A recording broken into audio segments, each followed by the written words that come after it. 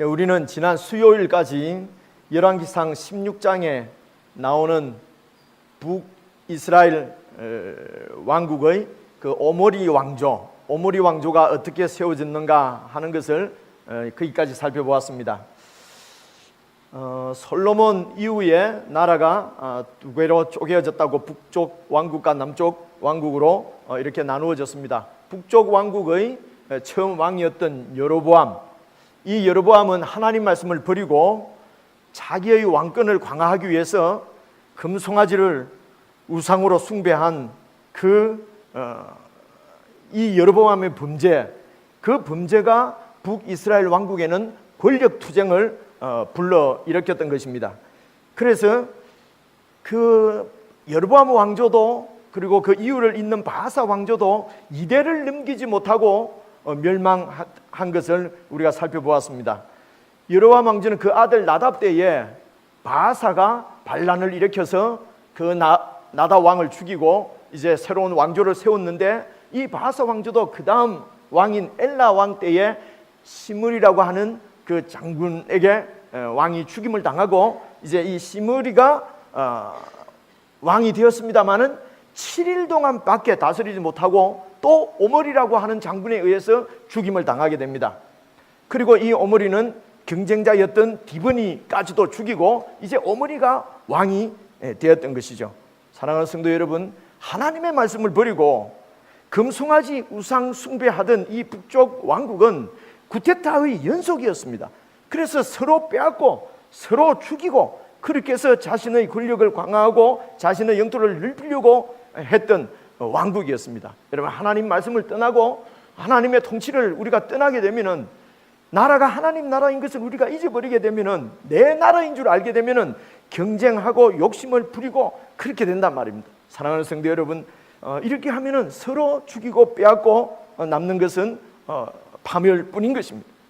하나님께서 주신 것만으로 우리가 만족하고 하나님이 주신 그것으로서 기뻐하고 하나님이 주신 것으로서 서로 섬기고 사랑하고 나누면서 사는 여러분들의 복된 생애가 될 수 있기를 바랍니다.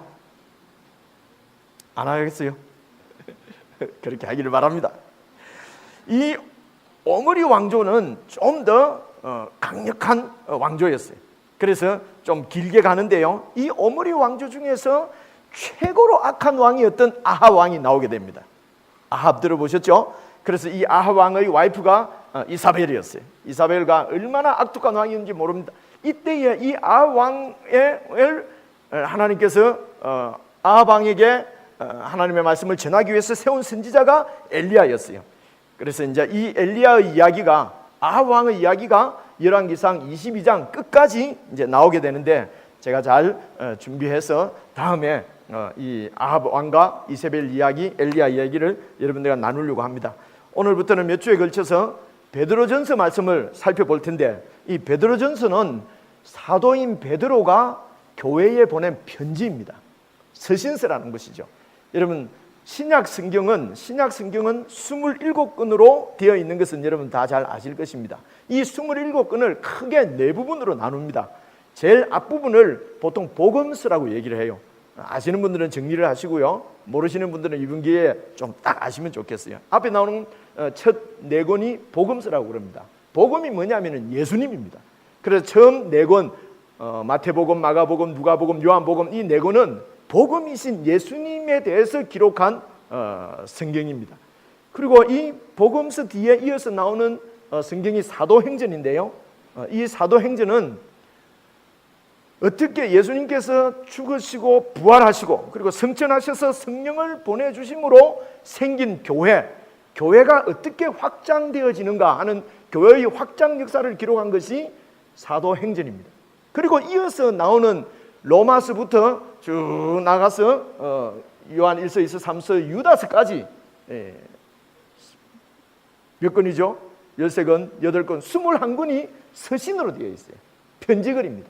그러니까 이 편지는 이렇게 세워진 교회가 어떠한 성격을 갖고 있으며, 교회란 무엇이며, 그리고 교회의 성도들은 어떤 생각을 하고 어떤 사상을 가지고 어떻게 살아야 되는가 하는 것을 사도들이 교회에게 편지로서 보낸 것입니다. 그래서 편지는 교회가 어떠한 것인가, 교회의 구성원인 성도가 어떻게 살아야 될 것인가 하는 것을 교훈하고 가르치는 말씀이 서신서예요. 서신서가 21권이 있습니다. 제일 마지막 네 번째 부분이 요한계시록인데, 이 계시록은 예수님의 죽음과 부활로 통해서 세워진 교회의가 지금은 이렇게 엉터리 같지만은 이 교회가 어떻게 완성될 것인가, 참으로 아름다운 모습으로 완성될 것을 보여주는 성경이 제일 마지막에 있는 계시록입니다.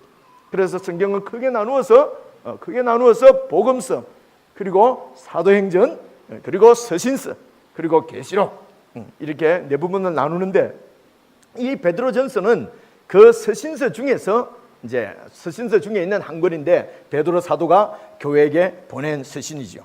그렇기 때문에 이 서신서를 잘 살펴보면은 오늘 예수 믿는 우리들, 저와 여러분들이 어떤 사람들이며 어떤 정체성을 갖고 있는 어떤 존재들이며 무엇을 소망하면서 어떻게 살아야 될지 서신서를 잘 살펴보면은 그것을 교훈받을 수 있고 깨달을 수가 있게 되는 것입니다.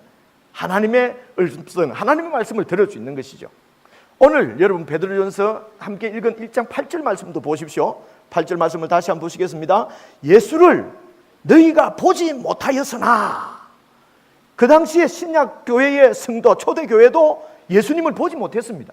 사도 베드로는 예수님을 봤지만은 사도 베드로가 목회를 하던 그 교회의 많은 성도들은 예수를 보지를 못했어요. 2000년이 지난 오늘 저와 여러분도 예수님을 보지 못했습니다. 초대교회에 있던 그 성도들도 예수를 너희가 보지 못하였으나 사랑하는도다. 그 성도들이 예수님을 보지 못했지만 사랑했습니다. 오늘 우리도 예수님을 보지는 못했지만 저와 여러분은 예수님을 사랑하는 줄로 믿습니다. 혹시 아직 예수님을 잘 모르시는 분은 오늘 예수님을 사랑할 수 있게 되기를 주님의 이름으로 축원합니다. 사랑하시는 분은 더 예수님을 사랑할 수 있게 되기를 축원합니다. 예수님을 우리가 보지는 못하였지만은 사랑하는도다. 계속 읽어보니까 이제도 보지 못하고 그러나 믿고 말할 수 없는 영광스러움으로 우리는 즐거워하고 기뻐한다. 예수님을 보지는 못하지만은 사랑하고, 이제도 보지는 못하지만은 믿고 말할 수 없는 영광스러운 즐거움으로 기뻐한다는 것입니다. 예수님을 보지 못하지만은 보지 못하는 것들의 증거, 바라는 것들의 실상은 믿음입니다. 보지 못하는 예수님이 실제로 우리가 누릴 수 있는 것도 믿음인 것입니다. 그래서 믿음으로 영광스러운 즐거움에 참여하고 기뻐한다고 하는 말씀입니다. 왜 예수님을 지금도 보지 못하지만은 믿고 말할 수 없는 영광스러운 기쁨으로 즐거워할 수 있는가 하는 것이 바로 9절에 나옵니다. 여러분 9절을 같이 한번 읽어보겠습니다. 시작. 믿음의 결국 곧 영혼의 구원을 받음이라. 예수님을 통해서, 예수님을 믿는 믿음을 통해서 결국은 영혼의 구원을 받기 때문에 우리가 영광스러운 즐거움으로 기뻐한다는 것이죠. 그래서 오늘 말씀 중에서는 여러분 이렇게 보시면 되겠습니다. 믿음의 결국 영혼의 구원을 받음이라 했는데, 도대체 믿음, 우리가 믿는다고 하는 믿음의 내용이 어떠한 것인가? 여러분 예수님을 믿지 않습니까? 믿는 성도지 않습니까? 여러분이 믿는 믿음의 내용이 뭐냐는 것입니다. 그리고 영혼의 구원을 받음이라. 영혼의 구원을 받는 것이 너무너무도 기쁘고 즐거운 일이라고 하는데, 여러분 그렇습니까? 오늘 영혼의 구원을 받는 것이 얼마나 기쁜 일인가 잘 모르시는 분은 말씀 듣고 영혼의 구원 때문에 기뻐할 수 있기를 바랍니다.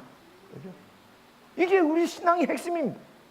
우리 믿음의 내용이 무엇인가? 그리고 영혼의 구원을 받는 것이 이렇게 즐거운 기쁨이라고 하는데, 영혼의 구원을 받는다고 하는 것이 무슨 의미인가 하는 것을 여러분 이해할 수 있으면 좋겠습니다. 영혼의 구원이라고 하는 이 영혼은 그냥 영적인 어떤 정신세계만을 얘기하는 것이 아니고, 영어의 역본에서는 소울이라고 되어 있는데, 이 소울은 전인격적인 존재 자체를 소울이라고 얘기를 해요. 그래서 영혼의 구원은 내 인격적인 존재 전체가 구원을 받는다는 것입니다. 어디에서부터 무엇을 어떻게 구원을 받는가 하는 것을 잘 이해를 할 수 있으면 좋겠습니다. 10절을 보십시오. 이 구원, 이 영혼의 구원, 이 영광스러운 구원, 믿고 말할 수 없는 즐거움으로 즐거워하고 기뻐하는 예수님을 사랑하는 이 믿음을 통한 구원에 대하여는 10절 너희에게 임할 은혜를 예언하던 선지자들이, 그러니까 이 구원이 어떻게 임했느냐? 예수님을 통해서 임한 것입니다. 그리스도를 통해서 임하는 것이죠. 이게 은혜란 말입니다. 이 그리스도를 통해서 임하는 구원에 대해서 선지자들이 연구하고 부지런히 살폈다는 거예요. 구약시대 때는. 예수님이 오시기 전에는 구약시대 때, 예수님이 오시기 전에 구약시대 때 모든 선지자들, 성경학자들이 이 그리스도에 대해서 부지런히 연구하고 살폈다는 것입니다. 구약 성경을 통해서. 11절 보십시오. 어떻게 살폈느냐? 자기 속에 계신 그들 선지자들 속에 계시는 그리스도의 영이 그 그리스도가 받으실 고난과 그 그리스도가 받을 고난 후에 받을 영광이 어떤 것인지를 잘 연구해서 미리 증언했다. 미리 증언해서 내용이 뭐냐? 누구를 어떠한 때를 지시하는가? 도대체 누가 그리스도시며 언제 그리스도가 오실 것인지를 면밀하게 살피고 연구했는데 누가 연구했다고요? 구약 성경의 선지자들이 그 그리스도가 너무도 귀중한 분이기 때문에 그리스도가 어떤 분이며 어떻게 올 것인가를 잘 연구했는데 12절 보십시오. 이렇게 연구한 것이 교회를 섬기는 것이에요. 이렇게 섬기는 바가 선지자들 자기들을 위한 것이 아니요 바로 교회 오늘 예수 믿는 너희들을 위한 것이니 그것이 계시로 알게 되었다. 이것은 하늘로부터 계시던 하늘로부터 보내신 성령을 힘입어서 복음을 전하는 자들, 그 당시에 사도들, 복음을 전하는 자들이 이제 너희에게 알려준 것이다. 복음을 전하는 전도자들이, 사도들이 우리에게 지금 성경으로 기록해서 알려주신 이 성경에 보면은 구약에 있던 그 선지자들이 예수님이 그리스도가 어떻게 태어날 것이며 어떤 고난을 받으시고 어떤 영광을 받으실 것인지를 면밀하게 연구해서 너희들에게 지금 가르쳐 줬다는 것입니다. 그죠? 이 가르쳐 준 구원이 얼마나 영광스러운 구원인지 모른다 라고 지금 베드로는 지금 이야기를 하고 있는 것이죠. 그러므로 오늘 교회의 성도인 저와 여러분은 마땅히 베드로가 이야기하는 이런 우리에게 임할 은혜가 어떠한 것인지, 우리가 받은 구원의 은혜가 어떠한 것인지, 우리가 예수님을 어떻게 사랑해야 되는지 이런 내용들에 대해서 우리가 무지하다면은 사실은 성도로서의 가장 중요한 것들 다 놓치고 있는 것입니다. 그렇지 않습니까? 성도의 정체성은 다 놓치고 있는 것이라고요. 그래서 오늘 이 베드로가 교회에게, 신약 교회에게 말하는 너희가 예수를 보지 못했지만은 사랑하는 자다. 이제도 보지 못하지만은 믿고 영광스러운 기쁨으로 즐거워하는 이유는 뭐냐? 믿음의 결국은 영혼의 구원을 받기 때문이다. 이 영혼의 구원받는 것은 그냥 생긴 것이 아니고 구약의 선지자들이 면밀하게 연구를 해서 너희들에게 가르쳐 준 것이다. 그렇게 얘기를 하고 있습니다. 그래서 이 구원, 이 믿음이 어떠한 것인지 우리 1절부터 쭉 살펴보시면서 여러분 정리를 할 수 있으면 좋겠습니다. 여러분 1절을 보십시오. 함께 읽어보겠습니다. 시작. 예수 그리스도의 사도 베드로는 본도, 갈라디아, 갑바도기아, 아시아와 비두나에 흩어진 나그네. 발신자가 누구입니까? 이 편지를 보낸 사람이 사도 베드로지요? 베드로입니다. 사도는 바로 교회의 기초가 되는 사람들입니다. 교회는 그냥 사람들이 모여가지고 이렇게 만들어 결성한 단체가 아닙니다. 예수님께서 직접 세우신 교회입니다. 그 교회가 어떠한 것이며 어떻게 살아야 되는지 하는 것을 예수님으로부터 직접 가르침을 받은 사람들이 사도들입니다. 그러므로 교회는 사도들의 터 위에 세워지는 것입니다. 사도의 가르침 위에 세워진다는 것이죠. 그래서 사도의 가르침인 성경을 잘 읽지 않으면 교회에 대해서 알 수가 없습니다. 사도의 가르침인 성경을 놔두고 교회가 이런 것이다 저런 것이다 얘기하는 것은 다 틀린 것입니다. 엉터리란 말입니다. 그러므로 성경을 잘 읽으셔야 합니다.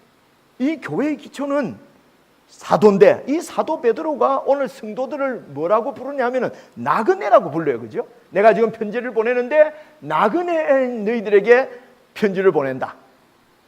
저와 여러분이 나그네라는 것입니다.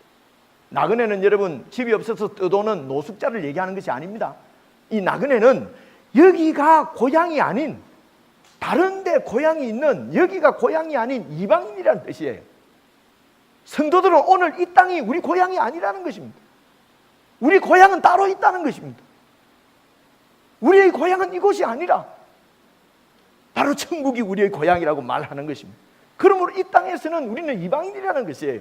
성도들은 나그네라는 것이에요. 우리의 신분은 이 땅에 속한 백성이 아니고 천국에 속한 천국의 백성들이라는 거 하는 것입니다. 이것이 바로 나그네라는 뜻입니다. 사도 베드로가 나그네들에게 편지를 보냈는데 2절 보십시오. 곧 이 나그네가 어떤 사람들이냐? 하나님 아버지의 미리 아심을 따라서 성령이 거룩하게 하심으로 순종함과 예수 그리스도의 핏부림을 얻기 위해서, 함께 읽겠습니다. 택하심을 받은 자들에게 편지하노니. 그러므로 이 나그네는 누굽니까? 택하심을 받은 자들입니다. 여러분과 제가 택하심을 받은 자들이라는 것입니다. 하나님께서 우리를 택해 주셨다는 것입니다. 택하심을 받은 자들이 바로 성도들이에요. 그들이 바로 교회입니다. 그 교회의 정체성은 나그네라고 하는 것입니다. 여러분은 이 땅에서는 이방인이라는 것이죠. 그런데 이 이방인들은 우리가 하나님의 택하심을 받았는데 어떻게 택하심을 받았지요? 하나님 아버지의 미리 아심을 따랐어요. 하나님께서 여러분들을 미리 다 아셨습니다. 그리고 여러분을 선택했습니다. 여러분을 미리 다 하시고 우리를 선택하셨다는 것입니다. 이 사실을 여러분 믿으시기를 바랍니다. 그저 어쩌다가 교회에 오신 것이 아니에요. 하나님께서 미리 하심을 통해서 여러분을 선택하신 줄로 믿으시기를 바랍니다. 그리고 성령님의 능력을 통해서 여러분들을 거룩하게 하셨습니다. 그렇게 해서 택했단 말입니다. 왜 택했느냐? 순종함과, 영어 성경에 보니까 예수님께 순종하는 것입니다. 순종함과 예수님께 순종하고 그리고 예수 그리스도의 핏부림을 얻기 위해서 하나님이 여러분들을 택한 것입니다. 예수님의 핏부림을 얻는다는 말은 이런 뜻입니다. 핏부림을 얻는다는 것은 구약시대 때 제사를 드릴 때요, 제사를 드리고 나면 그 피를 제사장이 제단에다가 부었어요. 이것은 무슨 말이냐면 제사를 드리는 백성들과 하나님이 이 피를 통해서 언약 관계를 맺은 언약의 백성들이다. 그러니까 하나님과 그 백성들은 떼일래야 뗄 수 없는 언약적인 관계를 갖고 있다. 이 말은 우리가 흔히 말하는 아버지의 아들은 천륜이다 이런 말 쓰잖아요. 뗄 수 없는 거다 이런 뜻이에요. 그래서 예수 그리스도의 핏부림을 얻기 위하여 이 말은 예수님의 피를 통해서 하나님과 언약의 백성이 되게 하기 위해서, 다른 말로 하나님의 거룩한 자녀가 되게 하기 위해서 이런 뜻입니다. 그래서 저와 여러분을 구원한 택하신 목적이 뭐냐? 바로 예수님께 순종하는 하나님의 거룩한 자녀들, 언약 자녀들이 되게 하기 위해서 우리들을 불렀다는 것입니다. 이 세상으로부터 하나님의 거룩한 백성이 되게 하기 위해서 우리를 불렀습니다. 그러므로 우리는 다시 태어난 것입니다. 이 세상에 속한 그런 가치관이 아니라 이 하나님 나라의 가치관, 세상에 속한 사람이 아니라 하나님께 속한 거룩한 백성으로 다시 완전히 태어나게 하기 위해서, 이게 거듭나는 것입니다. 거듭나게 하기 위해서 우리를 택해서 불렀다는 것이죠. 예수님께 순종하는 백성, 예수 그리스도를 통해서 하나님과의 언약적인 관계가 될 수 있도록, 그러므로 성도들은 예수님께 순종합니다. 예수님께 순종하는 것이 힘들지 않아요. 순종할까 말까 하지 않습니다. 예수님께 순종하는 것이 그냥 기쁨이에요. 그냥 순종하려고 하는 것입니다. 그러므로 하나님의 말씀대로 예수님께 순종하는 것이 어려운 삶이 아니에요. 왜 어렵겠습니까? 순종을 안 하려고 하니까, 자기 마음대로 살려고 하니까 어려운 것뿐이에요. 힘든 것뿐이에요. 예수님께 순종하는 하나님의 언약 백성이 되게 하기 위해서 우리를 택하셨다는 것입니다. 그러므로 하나님의 백성이 되었기 때문에 이 땅에서는 나그네다. 이 땅이 여러분의 본향이 아니라는 것입니다. 그러면 이 땅이 본향인 것처럼 이 땅의 모든 것을 다 두고 투자해서는 안 된다는 것입니다. 어리석다는 것입니다.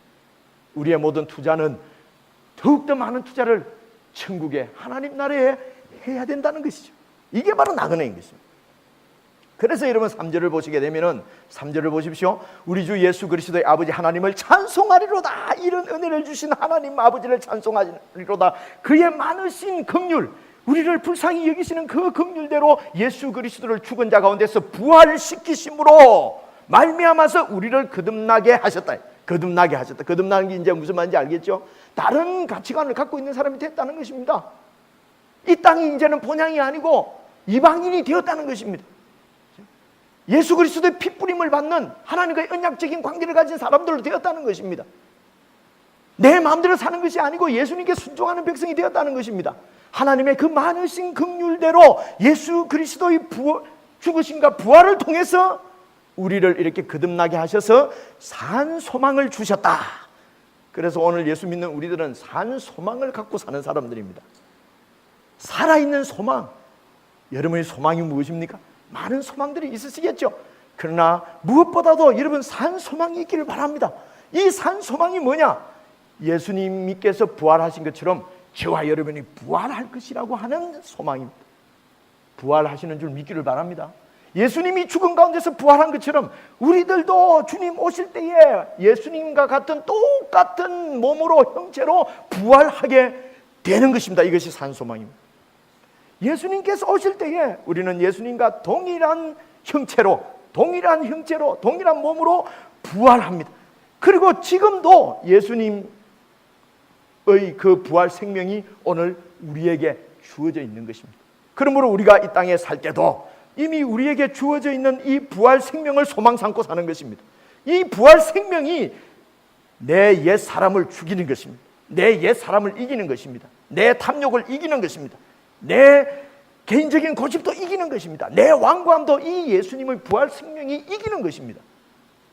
그러므로 소망을 갖고 있는 사람, 이 부활에 대한 소망을 갖고 있는 사람은 예수님께서 십자가에 죽으심으로 이미 우리를 죽여버린 그 옛사람, 내 자아, 이기적이고 탐욕적인 자아를 따르지 아니하고 이 부활 생명의 소욕대로 하나님께 영광을 돌리며 살아가는 사람으로 우리가 살다가 결국 주님께서 오실 그때에 우리는 완전한 죄의 오염에도 죄에 전혀 오염되지 않은 그런 예수님과 동일한 형체의 사람으로 부활하게 된다고 하는 것이 오늘 우리에게 주어진 산 소망인 것입니다.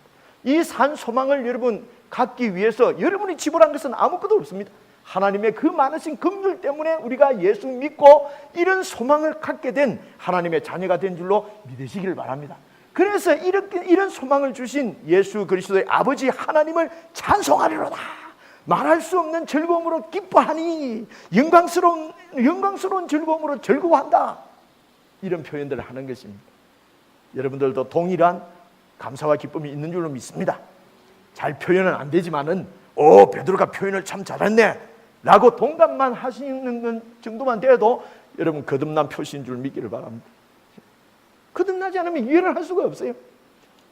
계속 보십시오. 또 4절 썩지 않고 더럽지 않고 쇠하지 아니하는 유업을 있게 하시나니 우리를 거듭나게 하셔서 산 소망을 주시고 또 무엇을 주시느냐? 유업을 주신다. 이 유업이 뭐냐면은 썩지 않고 더럽지 않고 쇠하지도 않고 이건 뭐 없어지지도 않는 더러워지지 않는 유업. 유업은 상속, 재산 이런 거거든요. 상속받는 거. 하나님이 우리에게 유업을 주시는데 더럽지도 않고 쇠하지도 않고 뭐 썩지도 않는 유업을 주시는데 5절 너희는 말세에 나타내기로 예비하신 구원을 얻기 위하여 이 유업이 뭐냐? 바로 우리에게 주시는 영혼의 구원을 말하는 것입니다. 우리를 택해서 예수 믿게 하셔서 주시는 것이 산 소망과 유업, 하늘의 유업, 구원인 것입니다. 그러나 오늘 성도들은 깨달아야 될 것은 우리가 갖고 있는 소망이 뭐냐? 우리가 받은 영혼의 구원이 어떠한 것인가? 이것을 여러분 꼭 붙잡고 이것이 왜냐하면 말할 수 없는 즐거움으로 기뻐할 수 있는 그것이 바로 이 산 소망과 이 유업, 구원이기 때문에 영혼의 구원이기 때문에 그렇습니다. 그렇기 때문에 여러분 6절을 보시게 되면요. 그러므로 이런 이유로 너희가 이제 여러 가지 시험으로 말미암아 잠깐 근심하게 되지 않을 수 없지만은 오히려 그 시험 때문에 그 어려움 때문에 크게 기뻐하는도다. 우리가 이런 산 소망을 갖고 결국은 영혼의 구원을 받을 하나님의 자녀들이기 때문에 그러므로 이 세상에서 좀 고난을 당하지만은 기뻐해야 된다는 것입니다. 왜냐? 왜 기뻐해야 되느냐? 7절 보십시오. 너희의 믿음의 확실함은 불로 연단하여도 없어질 금보다 더 귀하여서 예수 그리스도께서 나타나실 때 칭찬과 영광과 존귀를 얻게 할 것이기 때문에 이 시험 때문에 우리의 믿음이 더욱 연단되어져서 우리가 예수님 오실 때에 예수님으로부터 칭찬과 존귀와 영광을 받기에 합당한 사람으로 만들어가는 것이 바로 이 시험이기 때문에 시험 받을 때에 즐거워해야 된다. 이렇게 얘기하고 있는 것입니다. 우리가 이 땅에서는 이방인으로 살기 때문에 세속의 가치가 지배하고 있는 이 문화 속에서 성도들은 늘 이방인으로 나그네로 그렇게 취급받으면서 살아갈 수밖에 없습니다. 이 세상 가운데서 우리가 정말 이런 나그네 취급받으며 사는 것이 이상한 일이 아니라는 말입니다. 왜냐하면 이것은 우리 고향이 아니기 때문에 그렇습니다. 여러분, 고향 떠나서 타지에 와서 살면 서럽지 않습니까? 그 서러운 것이 당연하다. 여러분, 이 땅이 너무 친숙합니까? 너무 좋다. 생각을 해보셔도, 잘 생각을 해보셔도. 그렇죠? 우리가 이렇게 이 땅에서는 이 가치관이 다르기 때문에 이 세속 문화가 지배하고 있는 데서는 우리가 좀 늘 이렇게 부딪히고 이렇게 그렇게 살지만은, 그러나 우리에게는 이 산 소망이 있고 큰 영광스러운 구원이 있고 우리에게는 복음이신 예수 그리스도가 있기 때문에 어려움을 당하고 시험을 당하더라도 위축되지 마시고 오히려 기뻐하면서 이 나그네 삶의 길을 여러분 믿음으로 뚜벅뚜벅 잘 걸어가시는 여러분들 되시기를 주님의 이름으로 축원합니다. 기도하시겠습니다.